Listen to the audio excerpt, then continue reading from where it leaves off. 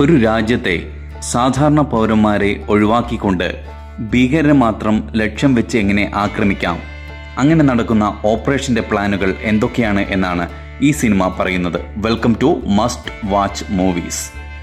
യുദ്ധത്തിൽ സത്യമാണ് ആദ്യം മരിക്കുന്നത് എന്ന എസ്കിലസിൻ്റെ വാക്കുകളോടെയാണ് ഈ സിനിമ തുടങ്ങുന്നത്.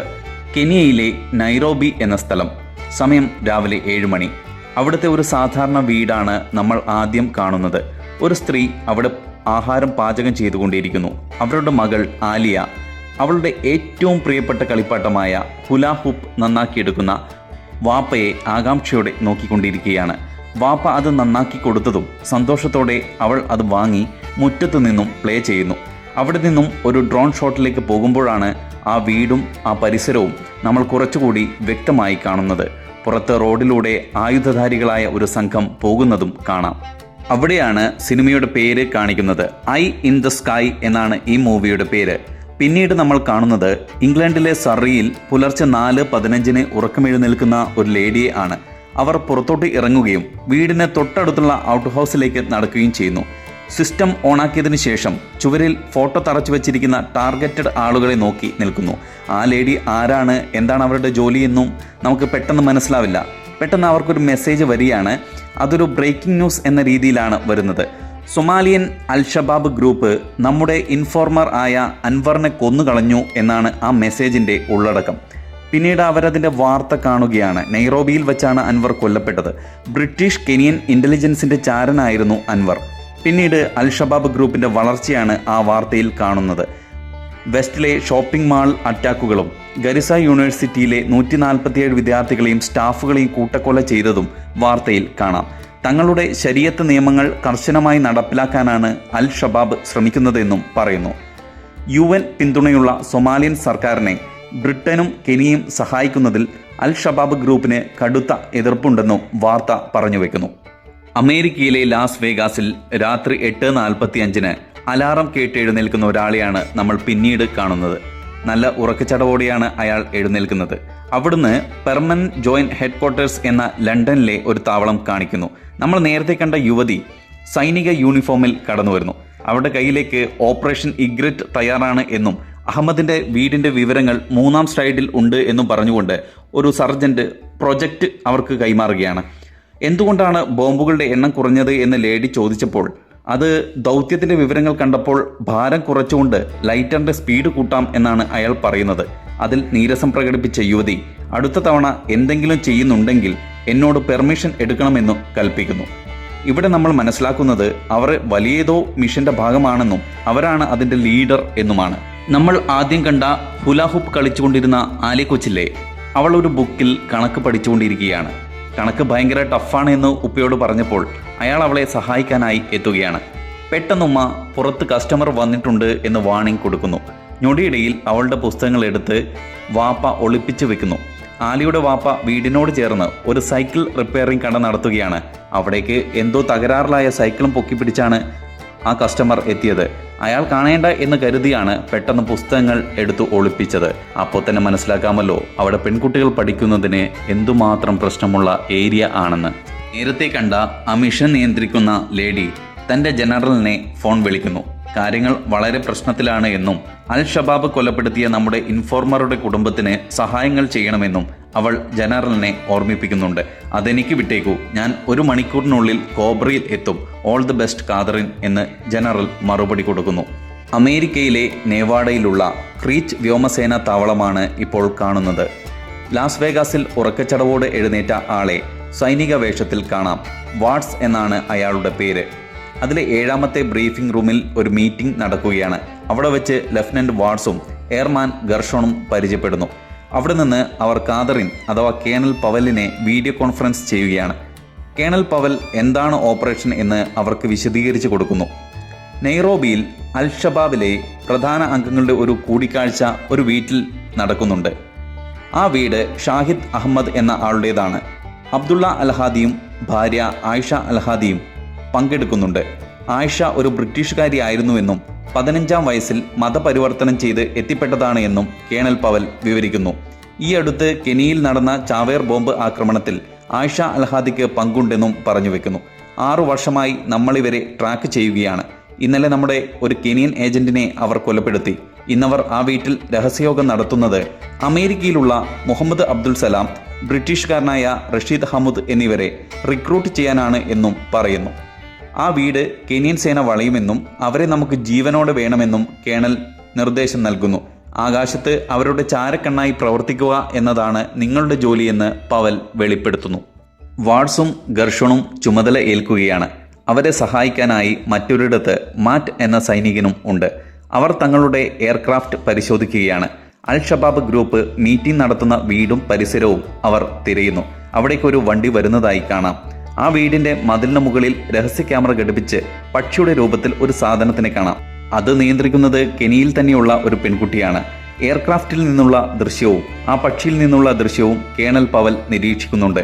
ഏതു നിമിഷവും വീട് വളയാനായി കെനിയിലെ സ്പെഷ്യൽ ഫോഴ്സും സജ്ജമാണ്. അതേസമയം ജനറൽ ഒരു കളിപ്പാട്ട കടയിൽ നിൽക്കുകയാണ്.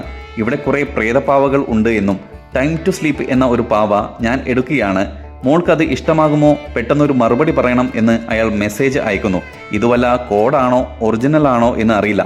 എന്തായാലും അയാളുടെ വാക്കുകൾ നമുക്ക് ആകാംക്ഷ ഉണ്ടാക്കും. കാരണം അടുത്ത കട്ട് പോകുന്നത് നമ്മുടെ ആലിയ കൊച്ചിലേക്കാണ്. അവൾ എന്തോ വായിച്ചു പഠിക്കുകയാണ്. തൊട്ടടുത്തായി പിഞ്ഞിപ്പഴകിയ ഒരു പാവക്കുട്ടിയെയും കാണാം. അവളുടെ അടുത്തേക്ക് ഉമ്മ വന്ന് ബ്രെഡ് റെഡിയായിട്ടുണ്ട് എന്ന് പറയുന്നു. അവളെ കഴിക്കാൻ വിളിച്ചതാണ് എന്നാണ് നമുക്ക് പെട്ടെന്ന് തോന്നുക. എന്നാൽ ആ ബ്രെഡ് എടുത്ത് തെരുവിൽ പോയി വിൽക്കാൻ വേണ്ടിയാണ് ഉമ്മ അവളെ വിളിച്ചത്. ജനറൽ കോബ്ര എന്ന മിഷനിലേക്ക് എത്തുകയാണ്. അവിടെ വച്ച് അയാളുടെ മകളുടെ ഫോൺ കോൾ വരുന്നു. ബേബി മൂവ്സ് എന്ന പാവ ആയിരുന്നു അവൾക്ക് വേണ്ടത്. എന്നാൽ അയാളുടെ കയ്യിലുണ്ടായിരുന്നത് ടൈം ടു സ്ലീപ്പ് എന്ന പാവയും.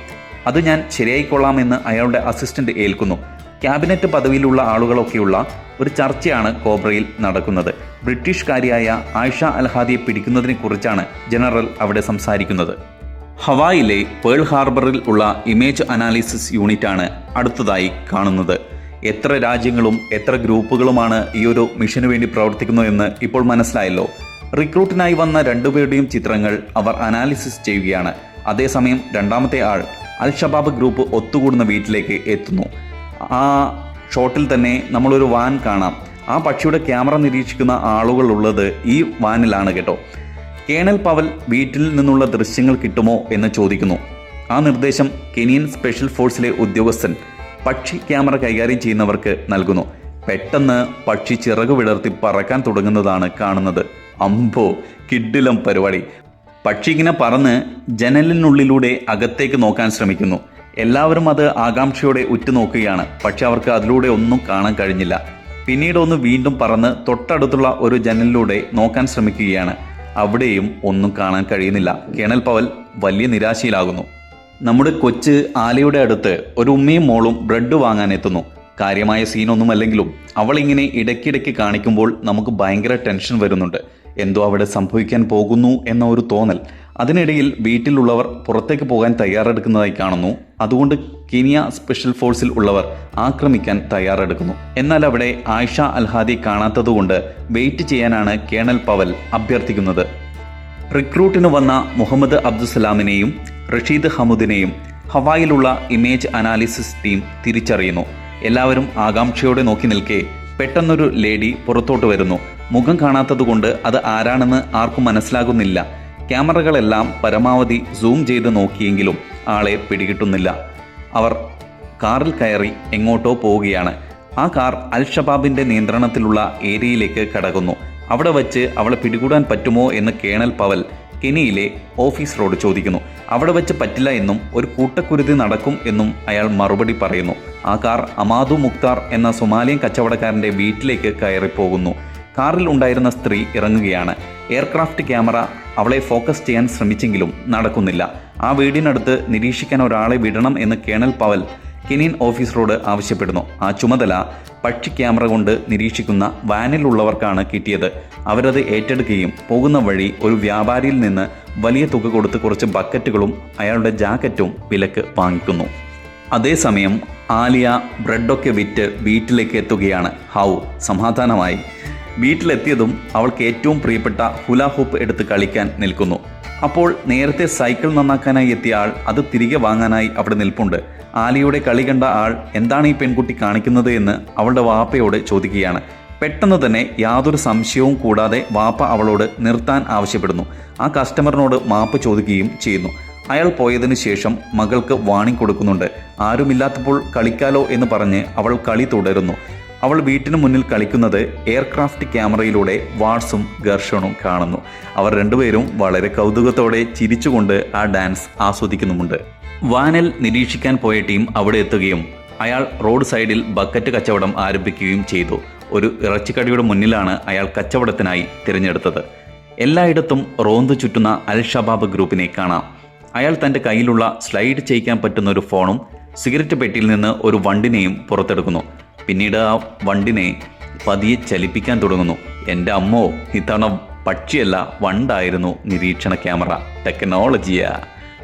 ആ വണ്ട് പറന്ന് നിരീക്ഷിക്കേണ്ടുന്ന വീടിൻ്റെ അടുത്തേക്ക് പോകുന്നു. കേണൽ പവലും ടീമും ആകാംക്ഷയോടെ നോക്കി നിൽക്കുകയാണ്. പുറത്ത് കാവൽ നിൽക്കുന്ന ആളുകളെ കാണുന്നു. വണ്ട് പതിയെ ഉള്ളിലേക്ക് കയറി ഒരു കഴുക്കോലിന് മുകളിൽ ചെന്നിരിക്കുന്നു. അവിടെ ഇപ്പോൾ 4 പേരുണ്ട്. റിക്രൂട്ട്മെൻറ്റിനായി എത്തിയ 2 പേരും വേറൊരാളും ആയിഷ അൽഹാദി എന്ന് സംശയിക്കുന്ന ആ ലേഡിയും. കേണൽ പവലിൻ്റെ നിർദ്ദേശം അനുസരിച്ച് വണ്ടിനെ ഓപ്പോസിറ്റായി കൊണ്ടിരുത്തുന്നു. എന്തോ ശബ്ദം കേട്ട് ആ ലേഡി മുകളിലേക്ക് നോക്കുകയാണ്. അപ്പോൾ തന്നെ അവരുടെ മുഖം ക്യാപ്ചർ ചെയ്തെടുക്കുകയും ചെയ്യുന്നു. അത് ആയിഷ അൽഹാദിയാണ് എന്ന് ഹവായിലുള്ള ഇമേജ് അനാലിസിസ് സെൻറ്റർ ഉറപ്പിക്കുന്നു. അത് കേട്ട് സന്തോഷത്തോടെ നമുക്കവളെ കിട്ടിയെന്ന് കേണൽ പവൽ ജനറലിന് മെസ്സേജ് അയക്കുന്നു. ഇനി മിനിസ്റ്ററാണ് തീരുമാനം എടുക്കേണ്ടത് എന്നും റീപ്പർ ഉപയോഗിച്ച് നമുക്കിപ്പോൾ അവരെ തകർക്കാം എന്നും ജനറൽ അഭിപ്രായപ്പെടുന്നു. എന്നാൽ അവളെ വധിക്കാനല്ല, പിടികൂടുന്നത് കാണാനാണ് താൻ ഇവിടെ ഇരിക്കുന്നത് എന്ന് കൂടെയുണ്ടായിരുന്ന ആഞ്ചല എന്ന യുവതി പറയുന്നു. അവിടെ ഇരിക്കുന്ന ജോർജ് എന്ന ആളും അവളോട് യോജിക്കുന്നു. അവിടുത്തെ അറ്റോർണി ജനറൽ ആണ് ജോർജ്. അവളെ ജീവനോടെ പിടികൂടാനാണ് ഈ മിഷൻ പ്രധാനമന്ത്രി ഏൽപ്പിച്ചത് എന്നും അറ്റോർണി കൂട്ടിച്ചേർക്കുന്നു. ഭൂരിപക്ഷ അഭിപ്രായം ജനറൽ കേണൽ പവലിന് കൈമാറുന്നു. അവർക്കത് നിരാശ ഉണ്ടാക്കുന്നുണ്ട്. പെട്ടെന്ന് ആ റൂമിലേക്ക് അൽഹാദി കടന്നു വരികയാണ്. വീണ്ടും എല്ലാവരും അലേർട്ട് ആവുന്നു. അതേസമയം മാർക്കറ്റിലിരുന്ന് വണ്ടിനെ പറത്തുന്ന ആ ചാരൻ്റെ അടുത്ത് നിന്ന് ഒരു കുട്ടി അയാളെ നിരീക്ഷിക്കുകയാണ്. പെട്ടെന്ന് നമ്മളൊന്ന് പേടിക്കും. എന്നാൽ അത് ഗെയിം മെഷീൻ ആണ് എന്നാണ് ആ കൊച്ചു കരുതിയത്. തനിക്ക് ഗെയിം കളിക്കാൻ തരുമോ എന്ന് ചോദിച്ചപ്പോൾ നിനക്കൊരു ജോലി തരാം, ആ ബക്കറ്റുകൾ വിറ്റ് പകുതി പണം താൻ എടുത്തോ എന്നയാൾ പറയുകയാണ്. ആ കുട്ടി സന്തോഷത്തോടെ ആ ജോലി ഏറ്റെടുക്കുകയും ചെയ്യുന്നു. വണ്ടിനെ വീണ്ടും പറപ്പിച്ച് റൂം മുഴുവൻ സെർച്ച് ചെയ്യുകയാണ്. അവിടെ എന്താണ് വേറെയുമുള്ളത് എന്ന് നമുക്കൊരു ആകാംക്ഷയുണ്ടാകും. അപ്പോഴതാ തൊട്ടടുത്ത റൂമിൽ കുറച്ച് ബോംബുകളും ഒരു ക്യാമറയും റെഡിയാക്കിക്കൊണ്ടിരിക്കുകയാണ്. അത് കണ്ടതും എല്ലാവരും ഞെട്ടുന്നു. എയർക്രാഫ്റ്റിലുള്ള വാട്സ് അതെന്താണെന്ന് മാറ്റിനോട് ചോദിക്കുന്നു. അവർ ഒരു ചാവേർ ആക്രമണത്തിന് തയ്യാറെടുക്കുകയാണ്. കാര്യങ്ങൾ മാറി മറിയുന്നു. ഒരു രാജ്യത്തേക്ക് കയറി തീവ്രവാദികളെ ആക്രമിക്കുന്നതിൽ സാങ്കേതിക ബുദ്ധിമുട്ട് ഉണ്ടെങ്കിലും ഒരു ചാവേർ ആക്രമണത്തിന് അവർ തയ്യാറെടുക്കുന്നത് അവരുടെ കൺമുന്നിൽ ലൈവായി കാണുകയാണ്. ജനറൽ പെട്ടെന്ന് തന്നെ അവിടെ നിന്ന് ഓടി ഒരു നിയമ ഉപദേശകനെ വിളിക്കാൻ പോകുന്നതിനിടയിൽ ജനറൽ പവലിനെ വിളിക്കുന്നുണ്ട്. നമ്മൾ അവരെ മിസൈൽ ഉപയോഗിച്ച് ആക്രമിക്കാൻ പോവുകയാണ് എന്ന് പവൽ പറയുന്നു. എന്നാൽ അത് നടക്കില്ല എന്നും ബന്ദികളാക്കാൻ എന്താണ് വഴിയെന്നും ആലോചിക്കാൻ ജനറൽ നിർബന്ധിക്കുന്നു. അവർ ഒരു ചാവേർ ആക്രമണത്തിന് തയ്യാറെടുക്കുന്ന ഈ നിമിഷം ഇനി വേറൊന്നും ചെയ്യാൻ കഴിയില്ല എന്നും നിയമപരിശോധന ഉടൻ നടത്തണമെന്നും കേണൽ പവൽ പറയുന്നു. അവിടെ ആ ചാവേർ ആക്രമണത്തിൻ്റെ തയ്യാറെടുപ്പ് തുടരുകയാണ്. ഹരോൾഡ് എന്ന ആൾ കേണൽ പവലിന് മുന്നിൽ എത്തുന്നു. റീപ്പറിൽ നിന്നും ഒരു മിസൈൽ തൊടുത്തു വിടാനാണ് പ്ലാൻ എന്നും അതിൻ്റെ നിയമവശം എന്താണ് എന്നും പവൽ അന്വേഷിക്കുന്നു. വലിയൊരു നാശനഷ്ടം പ്രതീക്ഷിച്ചുകൊണ്ട് തന്നെ മിഷൻ അംഗീകരിക്കാൻ കഴിയുമോ എന്നും പവൽ ചോദിക്കുന്നു. നിങ്ങൾക്ക് അനുവദിച്ചിരിക്കുന്ന മിഷൻ പ്രകാരം വളരെ കുറഞ്ഞ നാശനഷ്ടങ്ങൾ മാത്രമേ ഉണ്ടാക്കാൻ അനുവാദമുള്ളൂ എന്ന് ഹരോൾഡ് മറുപടി പറയുന്നു. ചെറിയ നാശനഷ്ടങ്ങളല്ല, ആ വീടിനുള്ളിൽ സ്ഫോടക വസ്തുക്കൾ ഉള്ളത് കാരണം വലിയ ദുരന്തമുണ്ടാകുമെന്നും അതിനാൽ നിയമ തടസ്സത്തിനുള്ള ഒരു സാധ്യത കാണുന്നുണ്ട് എന്നും ഹരോൾഡ് കൂട്ടിച്ചേർക്കുന്നു. മാത്രമല്ല, ഇത് നമ്മൾ തീരുമാനിക്കേണ്ടതല്ല, മുകളിലേക്ക് റഫർ ചെയ്യാനാണ് ഞാൻ ആവശ്യപ്പെടുന്നത് എന്നും ഹരോൾഡ് പറയുന്നു. അത് കേട്ട് ഭ്രാന്ത് പിടിച്ച് പവൽ ജനറലിനെ വിളിക്കുന്നു. അറ്റോർണി ജനറലിനോട് ഉപദേശം തേടാൻ പവൽ ആവശ്യപ്പെടുന്നു. പുതിയ സാഹചര്യം അനുസരിച്ച് ആക്രമിക്കാൻ അറ്റോർണി ജനറൽ സമ്മതിക്കുന്നു. മിനിസ്റ്റർ എന്തു പറയുന്നു? ഇവിടെ രാഷ്ട്രീയപരമായും നിയമപരമായും ഒരു തീരുമാനം എടുക്കേണ്ടതുണ്ട് എന്ന് അറ്റോർണി ജനറൽ കൂട്ടിച്ചേർക്കുന്നു. സമ്മർദ്ദത്തിലായ മിനിസ്റ്റർ അവസാനം ആക്രമിക്കാൻ അംഗീകാരം നൽകുന്നു. എന്നാൽ ആഞ്ചല അതിനെ എതിർക്കുകയാണ്. അവിടെ 2 ബ്രിട്ടീഷ് പൗരന്മാരും ഒരു അമേരിക്കനുമാണ് ഉള്ളത് എന്നും അതുകൊണ്ട് നമുക്കത് സാധ്യമല്ല എന്നുമാണ് ആഞ്ചലയുടെ പക്ഷം. എന്നാൽ അമേരിക്കയും കെനിയും ഇതിന് അംഗീകാരം നൽകിയിട്ടുണ്ടെന്ന് ജനറൽ വാദിക്കുന്നു. എന്നാൽ പോലും പാർലമെന്റിന്റെയും പ്രധാനമന്ത്രിയുടെയും അനുമതി വേണമെന്ന് ആഞ്ചല വാശി പിടിക്കുന്നു. കേണൽ പവൽ നാശനഷ്ടങ്ങൾ എത്രയുണ്ടാകുമെന്ന് വിലയിരുത്താൻ സഹപ്രവർത്തകനോട് അഭ്യർത്ഥിക്കുന്നു. പിന്നീട് പവൽ അമേരിക്കയിലുള്ള എയർക്രാഫ്റ്റ് സംഘത്തിനെ നേരിട്ട് ബന്ധപ്പെടുന്നു. ആ വീടിന് നേരെ ഒരു മിസൈൽ വിടാൻ പവൽ എയർക്രാഫ്റ്റ് നിയന്ത്രിക്കുന്ന വാട്സിനോട് പറയുന്നു. എന്നാൽ അവിടെ ഒരു അമേരിക്കൻ പൗരനും ഉണ്ട്. എൻ്റെ സർക്കാർ അത് അംഗീകരിച്ചോ എന്ന് തിരിച്ചു ചോദിക്കുകയാണ് വാട്സ്.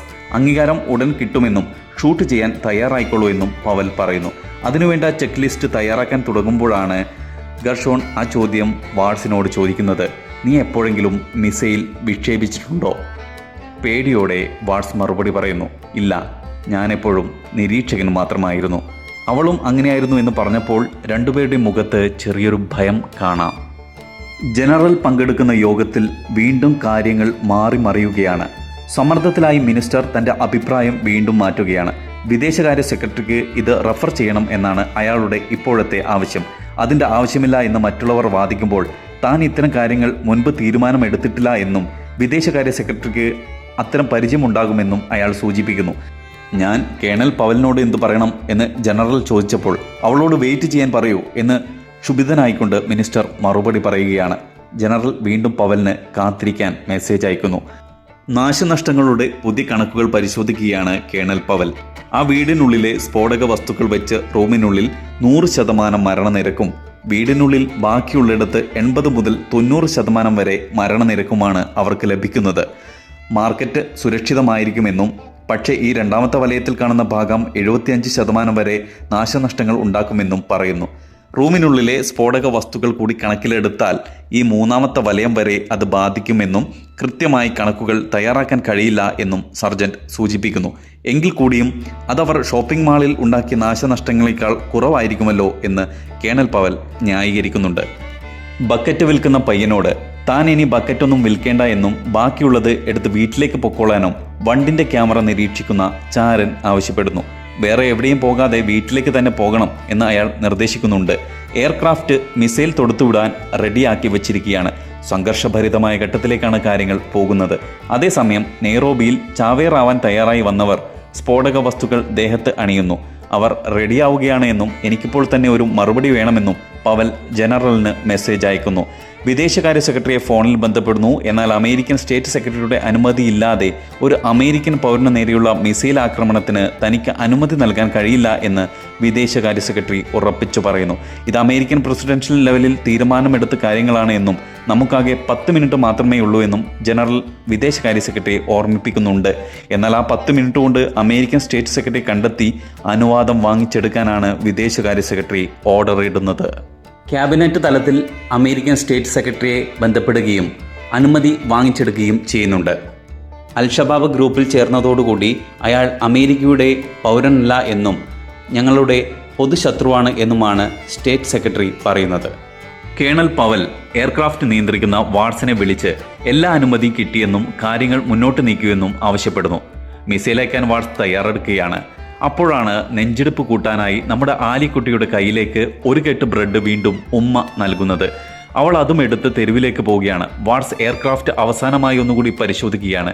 ഏത് നിമിഷവും ആ മിസൈൽ തൊടുത്തു വിട്ടേക്കാം. അതിന് തയ്യാറായി നിൽക്കുന്ന സമയത്താണ് വാട്സ് ആ കാഴ്ച കാണുന്നത്. നമ്മുടെ ആലിക്കുട്ടി ഇവർ ലക്ഷ്യം വെച്ചിരുന്ന ആ വീടിൻ്റെ തൊട്ടടുത്തേക്കാണ് ബ്രെഡ് വിൽക്കാനായി വരുന്നത്. അത് ആ കൊച്ചാണോ എന്ന് വാട്സ് വിറയലോടെ ഗർഷോണിനോട് ചോദിക്കുന്നു. അവൾക്ക് കടന്നു പോകാനുള്ള സമയം വാട്സ് അനുവദിക്കുന്നു. എന്നാൽ അവൾ ദൂരെയൊന്നും പോകാതെ ആ വീടിൻ്റെ അടുത്ത് തന്നെയാണ് ബ്രെഡ് വിൽക്കാനായി നില ഉറപ്പിച്ചത്. എല്ലാവരും ആ കാഴ്ച കണ്ട് ഒരു നിമിഷം പരുങ്ങുന്നു. പവൽ വാട്സിനോട് മിസൈൽ തൊടുക്കുവാൻ കൽപ്പിക്കുന്നു. എന്നാൽ ആ കുട്ടിയുള്ളപ്പോൾ തനിക്കതിന് കഴിയില്ല എന്ന് വാട്സ് ആവർത്തിക്കുന്നു. കേണൽ പവൽ മേഡം, മിസൈൽ അയക്കുന്നതിന് ഉത്തരവാദിത്തമുള്ള പൈലറ്റ് ഞാനാണ്. നാശനഷ്ട കണക്ക് പുനഃപരിശോധിക്കാൻ എനിക്ക് അവകാശമുണ്ട്. അത് കിട്ടുന്നത് വരെ ഞാൻ മിസൈൽ തൊടുക്കില്ല എന്ന് അയാൾ ഉറച്ച തീരുമാനത്തോടെ പറയുകയാണ്. ഗത്യന്തരമില്ലാതെ കേണൽ പവൽ അത് അംഗീകരിക്കുന്നു. വാട്സ്, നീ എന്ത് കോപ്പിലെ പരിപാടിയാണ് കാണിക്കുന്നത്? നീ ഒരു കേണലിനെയാണ് നിയമം പഠിപ്പിക്കുന്നത് എന്ന് വാട്സിൻ്റെ ഓഫീസർ അവനോട് ദേഷ്യപ്പെടുന്നു. സാർ, നിങ്ങൾ എനിക്ക് പുതിയ നാശനഷ്ട കണക്ക് തരുന്നത് വരെ ഞാൻ ആയുധങ്ങൾ പിടിച്ചുവെക്കും എന്ന് വാട്സ് മറുപടിയായി പറയുന്നു. അതിന് ആ ഓഫീസർ ഒന്നും പറയുന്നില്ല. ദേഷ്യം കൊണ്ട് അയാളുടെ മുഖം ചുവക്കുന്നുണ്ട്. നല്ല തീരുമാനം എന്ന് പറഞ്ഞ് ഗർഷൻ വാട്സിനെ അഭിനന്ദിക്കുന്നു. കെനിയയിലെ സ്പെഷ്യൽ ഫോഴ്സിന്റെ ഓഫീസർക്ക് കേണൽ പവൽ ഒരു മെസ്സേജ് അയക്കുകയാണ്. വണ്ടുമായി നിരീക്ഷണം നടത്തുന്ന ആളെക്കൊണ്ട് ആലിയ വിൽക്കുന്ന ബ്രെഡുകൾ മുഴുവൻ വാങ്ങി അവളെ വീട്ടിലേക്ക് തിരിച്ചയക്കാമോ എന്നാണ് കേണൽ പവൽ അന്വേഷിക്കുന്നത്. അയാൾ ദൗത്യം ഏറ്റെടുക്കുന്നു. റോന്ത് ചുറ്റുന്ന അൽഷബാബ് ടീമിന്റെ ഇടയിൽ കൂടി അയാൾ മുന്നോട്ട് നീങ്ങുകയാണ്. ഏത് നിമിഷവും എന്തും സംഭവിക്കാം എന്നൊരു ഫീലിംഗ് നമുക്ക് കിട്ടുന്നുണ്ട്. അയാൾ പതിയെ അവിടെ എത്തി മുഴുവൻ ബ്രെഡും വാങ്ങുന്നു. എത്രയും പെട്ടെന്ന് അവളോട് വീട്ടിലേക്ക് പോകാൻ അയാൾ ആവശ്യപ്പെടുകയാണ്. പെട്ടെന്ന് അൽഷബാബ് ടീമിൽപ്പെട്ട ഒരാൾ ഇയാളെ തിരിച്ചറിയുന്നു. ഇവന് കെനിക്കാരോടാണ് കൂറ്. ഒരിക്കൽ ഞാൻ ഇവനെ ചവിട്ടി പുറത്താക്കിയതാണ്, അവനെ അറസ്റ്റ് ചെയ്യൂ എന്ന് അൽഷബാബ് ഗ്രൂപ്പിലെ മിലിറ്റന്റ് ആക്രോശിക്കുന്നു. ബ്രെഡ് ഇട്ട ബക്കറ്റ് വലിച്ചെറിഞ്ഞ് അയാൾ രക്ഷപ്പെട്ട് അവിടെ നിന്നും ഓടുകയാണ്. അത് കണ്ട് എല്ലാവരും ഞെട്ടുന്നു. വെടിയുണ്ടകളിൽ നിന്ന് രക്ഷപ്പെട്ട് ഓടുന്ന അയാളെയാണ് നമ്മൾ പിന്നീട് കാണുന്നത്. അവൻ്റെ അടുത്ത് നിന്നും ക്യാമറ വീട്ടിലേക്ക് തിരിക്കാൻ ആവശ്യപ്പെടുന്നു. ഗർഷോണാണ് അത് ചെയ്യുന്നത്. അപ്പോൾ അവൾ എന്തോ കാഴ്ച കണ്ട് വീണ്ടും ഞെട്ടുകയാണ്. അത് മറ്റൊന്നുമല്ല, നമ്മുടെ ആലി കൊച്ച് വീണ് കിടക്കുന്ന ബ്രെഡുകൾ തിരിച്ചെടുത്ത് വീണ്ടും വിൽപ്പനയ്ക്ക് വയ്ക്കുകയാണ്. അതുകൊണ്ട് നെടുവീർപ്പിട്ട് നിൽക്കുന്ന നിയമോപദേശകൻ ഹരോൾഡിനോട് ആ പെൺകുട്ടിയെ വിടാനും മിഷന്റെ കാര്യത്തിൽ ശ്രദ്ധ തിരിക്കാനും കേണൽ ആവശ്യപ്പെടുന്നു. നിങ്ങൾക്ക് തോന്നുന്ന പോലെ നിയമം മാറ്റാൻ കഴിയില്ല എന്ന് അയാൾ തർക്കിക്കുന്നു. അതേക്കുറിച്ച് എന്നെ പഠിപ്പിക്കേണ്ട എന്ന് പവൽ അലറുന്നു. എനിക്ക് ആ പെൺകുട്ടിയെ അടക്കം സംരക്ഷിക്കേണ്ടതുണ്ട് എന്നും ഞാനിത് അറ്റോർണി ജനറലിന് റഫർ ചെയ്യുകയാണെന്നും ഹാരോൾഡ് പറയുന്നു. വീണ്ടും അവിടെ ഒരു തർക്കം ഉടലെടുക്കുകയാണ്. ആ പെൺകുട്ടിയുടെ ജീവൻ രക്ഷിക്കാനാണ് ആഞ്ചല വാദിക്കുന്നത്. ഞാനാണെങ്കിൽ സൈനിക നീക്കത്തിന് അനുമതി നൽകില്ല എന്നും ആഞ്ചല പറയുന്നു. നമ്മൾ അവളെ കൊല്ലുന്നതിനേക്കാൾ നല്ലത് ചാവേറുകൾ പൊട്ടിത്തെറിച്ചാൽ കൊലപാതകികളായി അൽഷബാബിനെ ചൂണ്ടിക്കാണിക്കാമെന്നാണ് ആഞ്ചലയുടെ വാദം. ആ തർക്കത്തിനിടയിൽ ആലിയുടെ അടുത്തേക്ക് ബ്രെഡ് വാങ്ങാനായി ഒരു കസ്റ്റമർ വരികയാണ്. എല്ലാവരുടെയും ശ്രദ്ധ അങ്ങോട്ടേക്ക് നീങ്ങുന്നു. എന്നാൽ കസ്റ്റമർ ഒരു ബ്രെഡ് മാത്രമേ വാങ്ങുന്നുള്ളൂ. വീണ്ടും വിൽക്കാനായി ആലിയ അവിടെ തന്നെ ഇരിക്കുകയാണ്. നമ്മളിപ്പോൾ ഒരു സൈനിക നീക്കം നടത്തിയാൽ ദൃശ്യങ്ങൾ ചോർന്നു പോകുമോ എന്ന് വിദേശകാര്യ സെക്രട്ടറി പേടിയോടെ ചോദിക്കുന്നു. ഇല്ല, റീപ്പറിൽ നിന്നുള്ള ദൃശ്യങ്ങൾ പൂർണ്ണമായും സുരക്ഷിതമാണ് എന്ന് ജനറൽ ഉറപ്പ് നൽകുന്നു. എന്നാൽ കുറച്ച് സമയം കൂടി കാത്തിരുന്നില്ലെങ്കിൽ എനിക്ക് ബുദ്ധിമുട്ടാകുമെന്നും റീപ്പറിൽ നിന്നുള്ള ദൃശ്യം ചോർന്നാൽ അത് രാജ്യത്തെ പ്രതിസന്ധിയിലാക്കുമെന്നും വിദേശകാര്യ സെക്രട്ടറി പറയുന്നു. സൈനിക നീക്കത്തിനാണ് നമ്മൾ പ്രാധാന്യം കൊടുക്കുന്നത്. ഭാവിയിൽ യൂട്യൂബിൽ ദൃശ്യങ്ങൾ ചോരും എന്നോർത്ത് ഭയപ്പെടുന്നില്ലെന്നും ജനറൽ പറയുന്നു. എന്നാൽ വിദേശകാര്യ സെക്രട്ടറി അയാളെ തിരുത്തുകയാണ്. വിപ്ലവങ്ങൾക്ക് തിരികൊളുത്തുന്നത് യൂട്യൂബിലെ പോസ്റ്റുകളാണ് എന്നാണ് വിദേശകാര്യ സെക്രട്ടറി പറയുന്നത്. അതിനിടയിൽ 2 കസ്റ്റമർ കൂടി വന്ന് നമ്മുടെ ആലിയ കൊച്ചിൻ്റെ അടുത്ത് നിന്ന് ബ്രെഡ് വാങ്ങി. എന്നാലും 2 കൂടി ബാക്കിയുണ്ട്. അതുകൂടി എങ്ങനെയെങ്കിലും വിറ്റ് പോകാൻ വേണ്ടി എയർക്രാഫ്റ്റിലിരുന്ന് വാട്സ് ആകാംക്ഷയോടെ നോക്കുകയാണ്. അതേസമയം ചാവേറുകൾ 2 പേരും തയ്യാറായി കഴിഞ്ഞു. ആ ദൃശ്യങ്ങളും ബ്രെഡ് വിൽക്കുന്ന ആലിയുടെ ദൃശ്യങ്ങളും നമ്മളെ മാറി മാറി കാണിക്കുന്നു. അത് കാണുമ്പോൾ തന്നെ ഹൃദയമിടിപ്പിങ്ങനെ വർദ്ധിച്ചു വരികയാണ്. തോക്ക് പിടിച്ചു നിൽക്കുന്ന 2ാമത്തെ ചാവേറിൻ്റെ വീഡിയോ എടുക്കുകയാണ് ആ റൂമിൽ. പെട്ടെന്ന് വണ്ടിൽ നിന്നുള്ള ദൃശ്യങ്ങൾ കട്ടാകുന്നു. ജനറൽ കേണൽ പവലിനോട് സംസാരിക്കുന്നു. ബാറ്ററി തീർന്നതുകൊണ്ടാണ് ദൃശ്യങ്ങൾ ലഭിക്കാത്തത് എന്ന് പവൽ വ്യക്തമാക്കുന്നു. ഈ ആക്രമണത്തിൽ പെൺകുട്ടിയുടെ പരിക്ക് ഒരു 50% താഴെയാക്കി തന്നാൽ നിങ്ങൾ അനുവാദം തരുമോ എന്നും പവൽ ജനറലിനോട് ചോദിക്കുന്നുണ്ട്. അനുവാദം തരാമെന്ന് അയാൾ വാക്ക് കൊടുക്കുന്നു. നമ്മൾ സൈനിക നീക്കം ആരംഭിച്ചാൽ പ്രദേശത്ത് ദുരന്ത നിരക്ക് 50% താഴെയാക്കി തരാമോ എന്ന് പവൽ ദുരിത കണക്കുകൾ നിരീക്ഷിക്കുന്ന ആളിനോട് ചോദിക്കുന്നു. ഇല്ല, അത് 65% മുതൽ 70 വരെ ആകാമെന്നാണ് കണക്കുകൾ കാണിക്കുന്നത് എന്ന് അയാൾ തിരിച്ചു മറുപടി പറയുന്നു. ചെറുതായി സ്ഥാനം ഒന്ന് അങ്ങോട്ടും ഇങ്ങോട്ടും മാറ്റി മിസൈൽ തൊടുത്താൽ 50% താഴെ ദുരിത കണക്കുണ്ടാക്കാൻ കഴിയുമോ എന്ന് പവൽ വീണ്ടും അന്വേഷിക്കുകയാണ്. കൂടാതെ ആ പെൺകുട്ടിയെ രക്ഷപ്പെടുത്താൻ കഴിയുന്നതെല്ലാം മാക്സിമം ചെയ്യണമെന്നും പവൽ അയാളോട് അഭ്യർത്ഥിക്കുന്നു. അഭ്യർത്ഥനയല്ല, അതാണ് പവലിൻ്റെ ആവശ്യമെന്ന് അയാൾ തിരിച്ചറിയുകയാണ്. അങ്ങനെ ചെയ്യാമെന്ന് അയാൾ മറുപടിയും പറയുന്നുണ്ട്. അയാൾ കണക്കുകൾ നോക്കിക്കൊണ്ടിരിക്കുന്നതിനിടെ പവൽ അക്ഷമയായി അങ്ങോട്ടും ഇങ്ങോട്ടും നടക്കുന്നുണ്ട്. നാശനഷ്ടങ്ങൾ കുറച്ച് കാണിക്കാൻ അയാളെ സമ്മർദ്ദം ചെലുത്തുകയാണ് പവൽ. മിസൈൽ വീഴുന്നതിൻ്റെ പോയിന്റ് ചെറുതായിട്ടൊന്ന് മാറ്റിയാൽ നാശനഷ്ടങ്ങൾ 65-ൽ എത്തിക്കാം എന്ന് അയാൾ പവലിനോട് പറയുന്നു. എന്നാൽ 50% താഴെ എത്തിക്കാനാണ് പവൽ അയാളോട് ആവശ്യപ്പെടുന്നത്. അയാളുടെ കണക്കിൽ ഉറച്ച് വിശ്വസിക്കുമ്പോൾ തുടർച്ചയായി വാദിക്കുകയാണ് പവൽ. സർജൻറ്റ്, നമ്മളൊരു കുഴിയിൽ വീണു കഴിഞ്ഞു. ഇനി രക്ഷയില്ല. നമുക്കിത് നടത്തിയെടുക്കണം എന്ന് പവൽ അയാളെ പറഞ്ഞ് മനസ്സിലാക്കുകയാണ്. സർജൻറ്റ് അത് അംഗീകരിക്കുകയും ലക്ഷ്യസ്ഥാനം ചെറുതായി ഒന്ന് മാറ്റി നാശനഷ്ടക്കണക്ക് 45%-ൽ എത്തിക്കുകയും ചെയ്യുന്നു. അവസാനമായി ഇതൊരു ഊഹക്കണക്കാണ് എന്ന് അയാൾ പറഞ്ഞു വെക്കുകയാണ്. പേടിക്കണ്ട, ഇത് യാതൊരു കുറ്റബോധത്തിനും ഇടവരുത്തുകയില്ല എന്ന് പവൽ വാക്ക് കൊടുക്കുന്നു. ജനറലിനെ ബന്ധപ്പെടുകയും നാശനഷ്ട കണക്ക് 45%-ൽ എത്തുകയും ചെയ്തു എന്ന് പറയുന്നു. അങ്ങനെയാണെങ്കിൽ താൻ അനുമതി നൽകാമെന്ന് മിസ്റ്റർ ബ്രയാൻ സമ്മതിക്കുന്നു. അവിടെ പിന്നീട് ഒരു ക്ലാരിറ്റി കുറവുണ്ടാകുന്നുമില്ല. സൈനിക നടപടി ആരംഭിക്കാൻ പോവുകയാണ്. എയർക്രാഫ്റ്റ് അവസാനവട്ട തയ്യാറെടുപ്പ് നടത്തുന്നു. പുതിയ സ്ഥാനത്തേക്ക് മിസൈൽ വിടാനായി വാട്സ് തയ്യാറെടുക്കുകയാണ്. അതേസമയം വണ്ടിൻ്റെ നിരീക്ഷണ ക്യാമറ കൺട്രോൾ ചെയ്യുന്ന ചാരൻ നേരത്തെ അൽ-ഷബാബ് ഗ്രൂപ്പിന്റെ ആളുകൾ ഓടിച്ചിട്ട് ഒരു കാറിനടിയിൽ ഒളിച്ചിരിപ്പുണ്ടല്ലോ, അവിടെ നിന്നും പയ്യെ എഴുന്നേറ്റ് റോഡിൽ ഫുട്ബോൾ കളിച്ചുകൊണ്ടിരിക്കുന്ന ഒരു കുട്ടിയെ വിളിക്കുന്നു. അവന്റെ കയ്യിൽ കുറച്ച് പണവും കൊടുത്ത് ആലി കൊച്ചിന്റെ അടുത്തേക്ക് ബ്രെഡ് വാങ്ങാൻ വിടുകയാണ്. 5 മിനിറ്റിൽ ബ്രെഡ് വാങ്ങി തിരികെ വന്നാൽ പിന്നെയും പണം നൽകാമെന്ന് അവൻ വാഗ്ദാനം ചെയ്യുന്നു. അത് കേട്ട് സന്തോഷത്തോടെ പയ്യൻ ബ്രെഡ് വാങ്ങാനായി ഓടുകയാണ്. എയർക്രാഫ്റ്റ് തയ്യാറെടുപ്പുകൾ എല്ലാം പൂർത്തിയാക്കി മിസൈൽ വിടാനായി വാൾസ് ട്രിഗറിൽ അമർത്തുകയും ചെയ്തു. അപ്പോഴാണ് എല്ലാവരും ബ്രെഡ് വാങ്ങിക്കാനായി ഓടി വരുന്ന കുട്ടിയെ കണ്ടത്. അതുകൂടി കണ്ടപ്പോൾ എല്ലാവരുടെയും മുഖത്ത് വലിയ ടെൻഷൻ കാണാം. ആ കുട്ടി ബ്രെഡ് വാങ്ങിക്കൊണ്ട് അവിടെ നിന്ന് തിരികെ ഓടുകയാണ്. നിമിഷങ്ങൾക്കുള്ളിൽ അവിടെ മിസൈൽ വന്ന് പതിക്കുന്നു. ബ്രെഡ് വാങ്ങാനായി ഓടിയ കുട്ടി സേഫ് ആയിട്ടുണ്ട്. എന്നാൽ ആലി കൊച്ചിന് എന്തു സംഭവിച്ചു എന്ന് കുറച്ച് സമയത്തേക്ക് ഒരു വിവരവുമില്ല. എല്ലാവരും ആകാംക്ഷയോടെ അങ്ങോട്ടേക്ക് നോക്കുന്നു. പൊടിപടലങ്ങളൊന്ന് ഒതുങ്ങിയ ശേഷം ഗർഷോൺ ആലിയ കിടക്കുന്നിടത്തേക്ക് സൂം ചെയ്യുകയാണ്. അവൾ ചലനമറ്റ് കിടക്കുകയാണ്. ആർക്കും ഒന്നും മിണ്ടാൻ പോലും കഴിയാത്ത അവസ്ഥ. കുറച്ച് സമയത്തിന് ശേഷം ആലിയ ചെറുതായി ഒന്ന് അനങ്ങി. ഗർഷോൺ ക്യാമറ അങ്ങോട്ട് സൂം ചെയ്യുന്നു. എന്നാൽ ബോഡി ഐഡൻറ്റിഫൈ ചെയ്യാൻ വീടിനുള്ളിലേക്ക് ക്യാമറ തിരിക്കാനാണ് വാട്സിന് കിട്ടിയ നിർദ്ദേശം. കണ്ണ് നിറഞ്ഞുകൊണ്ട് വാട്സ് അത് അനുസരിക്കുന്നു. ക്യാമറ തിരിക്കുമ്പോൾ കണ്ട ബോഡി ഒരു ചാവറിൻ്റെ ആണെന്ന് തിരിച്ചറിയുന്നു. പിന്നീട് കാണുന്ന ബോഡി അവർക്ക് ഐഡൻറ്റിഫൈ ചെയ്യാനും കഴിഞ്ഞില്ല. ക്യാമറ വീണ്ടും തിരിക്കുമ്പോഴാണ് അവർ മറ്റൊരു കാഴ്ച കാണുന്നത്.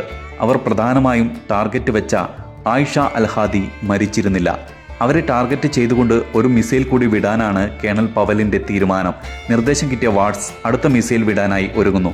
ട്രിഗറിലേക്ക് വീണ്ടും വിരൽ അമരുന്നു.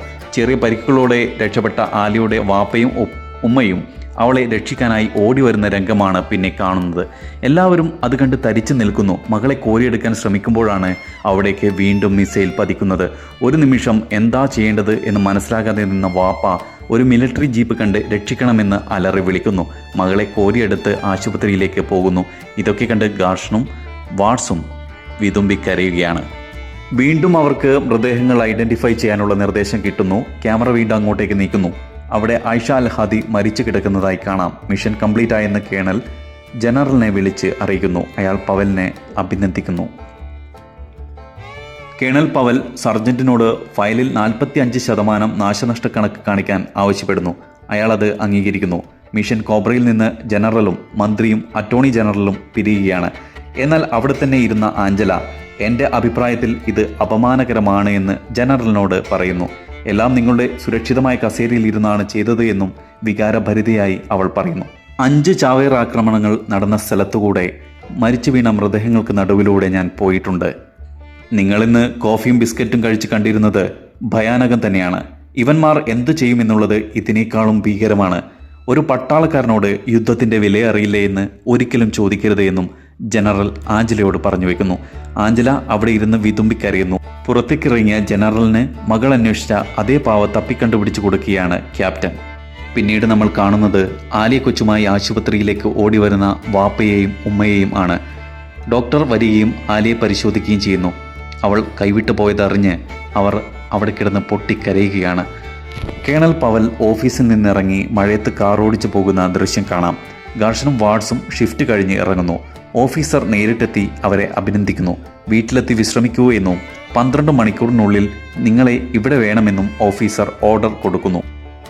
അത് കേട്ട് വാട്സ് ഗർഷനെ ഒന്ന് നോക്കിയ ശേഷം ഒന്നും മിണ്ടാതെ രണ്ടുപേരും നടക്കുകയാണ്.